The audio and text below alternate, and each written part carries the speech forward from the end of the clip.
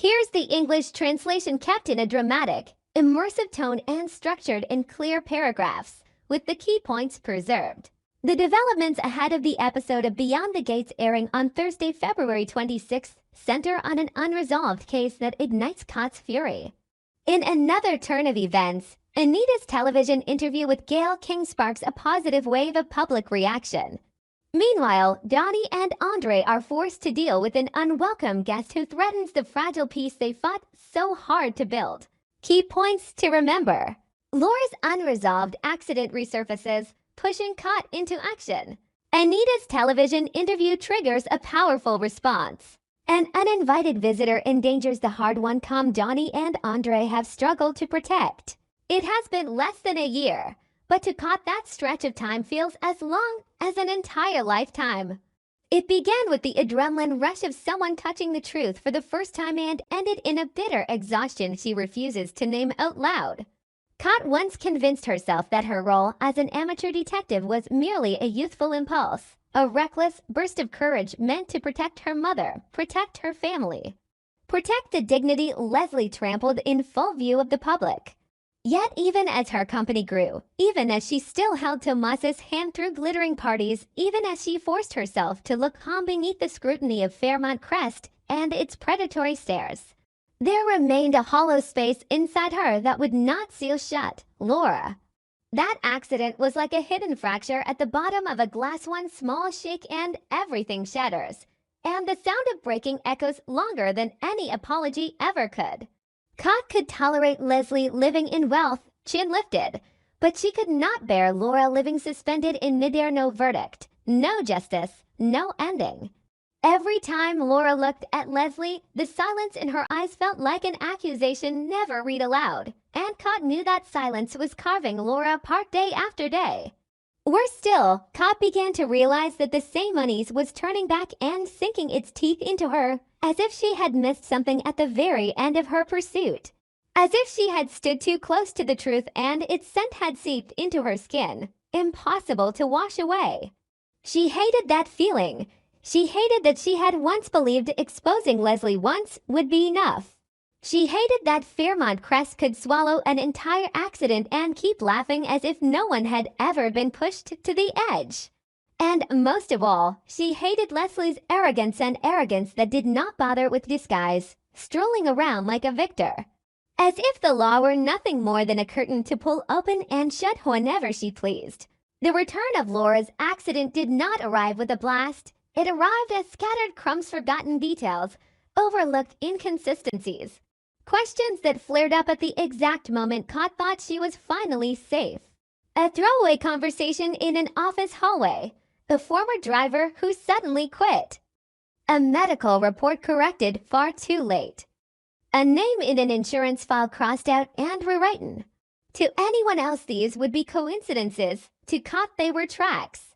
She began to lose sleep not because she feared Leslie, but because she feared herself. Feared she had allowed herself to step over an injustice simply because her life was finally going well. Feared that if she did not turn back and dig again, she would become another version of Fairmont Crest, smoothing things over, looking away, moving on. That fear made her angry enough to feel ashamed. And that anger no longer aimed solely at Leslie. It spilled toward Tomas, toward her work, toward every well-meaning warning to not take it too far, toward the very peace she was supposed to be grateful for. Tomas loved her, but Tomas also loved stability, loved the feeling that they had escaped the old storms. Scott could see worrying flicker in his eyes whenever she said Laura's name, and that worrying made her flare up as if he were tugging her toward the easiest, safest route. Scott did not want to be pulled back. She wanted to move forward, and she also knew that if she moved forward, she would drag Tomas with her, drag her company with her, drag everything she had built from sweat and stubborn pride. That was the hardest choice of all. Protect the life she had now, or protect a justice she was no longer sure she had the strength to chase to the very end. Laura, for her part, was no longer the fragile victim gossip liked to paint. Injustice had sharpened her, and sometimes that sharpness startled Scott. Laura had days of eerie calm, as if she had accepted that Fairmont Crest would never return what was taken from her. But then all it took was seeing Leslie step out of a car, hair flawless, jewelry gleaming, a smile like a whip cracking the air, and Laura would snap back to the hospital bed. To the moment she heard the word accident, to the moment her life was stamped with the label of tragic. If Kat chose to reopen the past, Laura would go with her, but Laura was afraid too. Not of Leslie, but of what digging might unearth, the weakness, the rawness, the moments she had doubted herself. Justice delayed had turned Laura into someone who trusted no one, not even the people trying to help. Kat could become an ally, or she could become yet another person who pulled Laura into a new vortex and then abandoned her halfway through. Laura could not survive being left behind again. That tension made them feel like two blades laid side by side, meant to cut down an enemy, yet close enough to draw blood from each other as well. Meanwhile, Leslie lived as if the past were a decorative object. She was wealthy, ensconced in Fairmont Crest, running a free clinic, telling her story in the language of service and rebirth. But it was not rebirth, it was strategy. Leslie understood the power of an image. Anita appeared on CBS mornings with the truth too real, too painful, and that truth sent tremors through the city. Leslie saw it as an opportunity. If the fear of illness could make people listen, then attaching her name to healing could form a flawless shield. Leslie did not need to be loved. She only needed to be recognized. She only needed the crowd to believe she was good, so that anyone who dared mention her past would be labeled cruel, vindictive, obsessed. Even more terrifying, she maintained a secret relationship with Detective Marcel, and that was like fastening a lock onto the very door of justice. Kat understood the danger of Marcel, not simply because he was law enforcement, but because he could make the law pliable in Leslie's hands through desire, through favors, through invisible promises. Leslie stood under the bright lights of charity while holding the detective's hand in the shadows, and that double life drove Kat to the edge. How could someone like that live freely? How could someone like that call herself a benefactor of the community? Eva was trapped in the cruelest possible way. She managed Ted's office, had a steady relationship with Isaiah, and lived with the fragile belief that she had escaped the role of a replacement. But Eva also understood the value of secrets better than anyone. She could not forget that there was a time Leslie removed Laura to clear the path for Eva to stand temporarily beside Nicole. Whether Eva ever laid a hand on anything or not, the debt still existed, like a noose hanging from the ceiling, waiting for someone to pull it down. Eva feared Kat not because Kat was powerful, but because Kat was relentless. Kat could forgive many things, but she did not forgive complicit silence. Eva began to wonder how long she had stayed silent and why. Fear of Leslie, ambition, or had she once believed Laura was merely an obstacle? Every answer made Eva sick with herself. Isaiah loved her, but Isaiah was a man with principles, and Eva knew that if the truth surfaced, love could curdle into contempt. As Kat and Laura grew more determined to dig deeper, Eva wanted to evade, to keep everything quiet, to protect the life she had built. But quiet in Fairmont Crest had never meant safety. It was only the calm before a storm, and Eva could feel the storm closing in from every direction, Kat watching her like a suspect, Leslie watching her like a tool, and the truth watching her like an unspoken sentence waiting to be read. Anita's television appearance became the catalyst that cracked every mask in Fairmont Crest. Anita stepped into the spotlight with a truth that could not be scrubbed away, a cancer diagnosis. When she spoke about fear and hope, about accepting help, the city was pulled into a wave of compassion and awakening. People who once whispered that Anita drank too much, that she had lost her edge, were forced to swallow their venom. But at the same time, Anita became a new target of public obsession, of opportunists who wanted to stand close to her light and warm their own reputations, and of old secrets that always clawed upward when someone was at their most vulnerable. Anita was strong, but she was still human. Once she became the face of a fight, she also inherited expectations, invitations, the constant gaze demanding bravery at all times. And that was a trap. People adore courage as performance, but they reject genuine weakness. The Dupree family might rally together, but every powerful family is also a breeding ground for hidden truths. One careless sentence, one person hiding something for protection, could turn Anita's support system into a glass cage.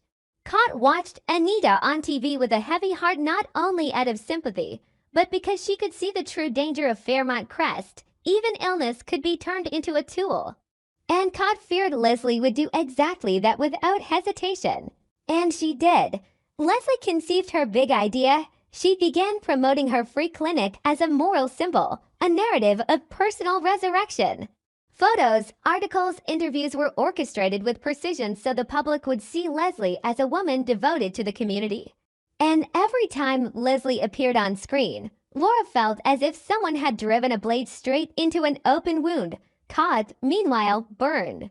She saw Leslie building a fortress made of counterfeit goodness, a fortress that would make any investigation against her look cruel to the outside world. Cott understood the media game.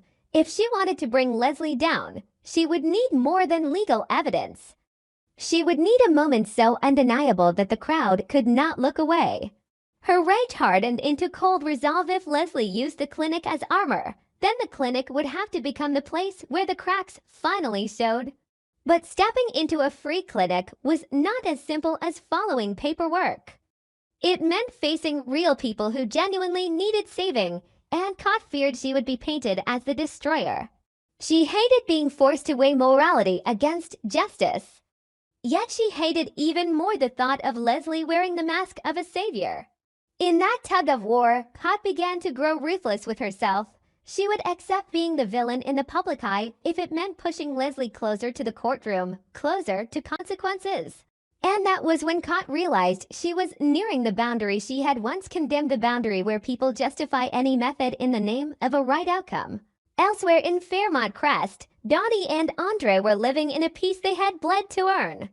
Donnie's BRCA results hovered like a shadow, but they chose to hold each other's hands and move through it, refusing to let fear steal the joy surrounding Chelsea's wedding. Donnie buried herself in wedding preparations as a form of survival, a way to outrun the terror of her own body betraying her. Andre tried to be her anchor, but he also knew this peace was fragile. Then the uninvited guest arrived like a knife driven into a table that was not even fully set. It could be Bill. It could be Haley. It could be someone carrying information capable of tilting everything off its axis. The intrusion did not merely threaten Donnie and Andre's happiness, it threatened the entire Dupree family structure at the exact moment Anita was straining under public pressure. In Fairmont Crest, crisis never arrives alone. It drags other crises behind it like a domino chain made of secrets and power. Donnie felt rage not because she wanted conflict, but because she had been forced to be strong too many times, because every time she managed to stand upright, someone shoved again. Andre felt rage too, not only at the intruder, but at his own helplessness, at his inability to control the people who kept inserting themselves into their lives. That anger quietly transformed into hard decisions, choices that could cost them the purity they had tried so desperately to protect. And while others were still allowed to appear in public, Naomi lived with the silence of an empty bed. Jacob had moved out for his undercover mission, ensuring no one could trace danger back home, and every night Naomi stared at the emptiness like a warning. She did not know what was worse, not knowing where Jacob was, or knowing he might never return. The brief messages Jacob sent were like tiny life preservers in a black sea, keeping Naomi afloat for minutes before she sank again. Naomi also carried her own shadow, a positive BRCA result, known only to Ashley. Her body became a ticking clock she could not bring herself to face. If she prioritized her health, she feared she might expose Jacob's secret. If she prioritized Jacob's secret, she feared she was betraying her own body. That conflict made Naomi raw, irritable, and sometimes cruel to the people who loved her most. Ashley was the only one Naomi clung to, but Ashley had limits too, had days when she faltered. Naomi feared that one careless word could turn their home into a target. She began to see every shadow behind her as a watcher. She began to hear the buzz of a phone and feel her heart slam as if it would break because it could be Jacob, or it could be news that Jacob had been exposed. And if Jacob was exposed, Naomi knew it would not just kill the mission, it would destroy the entire family. All of these storylines, which seem separate on the surface, are being pulled toward the same point. The truth always finds its way back, and Fairmont Crest always tries to bury it again. Cot stands in the center of the storm, and her anger is no longer a passing emotion, it is fuel. She looks at Laura and sees a vow unfinished. She looks at Eva and sees a question unanswered. She looks at Leslie and sees a system rotting beneath flawless makeup. She looks at Anita on television and sees that truth can heal, but can also be exploited. Cop begins to understand that if she wants justice, she must accept losing a portion of her peace. But she also begins to doubt herself. Is she doing this for Laura, or because she cannot endure the idea of Leslie winning? The truth may be both, and that is what frightens Cot most. Because when motives mix, extremity becomes easier. Cot knows she is nearing the moment she must strike first, must choose a path that cannot be reversed. If she and Laura reopen the old file, what will they find? A small mistake inside Leslie's clinic, a medical secret hidden for years. A missing piece proving the accident was a calculated plot? Or will they find only more layers of paint Leslie has smeared over the past? Cot does not have an answer. But she has something more dangerous than an answer, the certainty that she missed the most important detail of all. And when a woman like Cot becomes obsessed with what she missed, she does not stop for love, for ambition, or for anyone's warnings.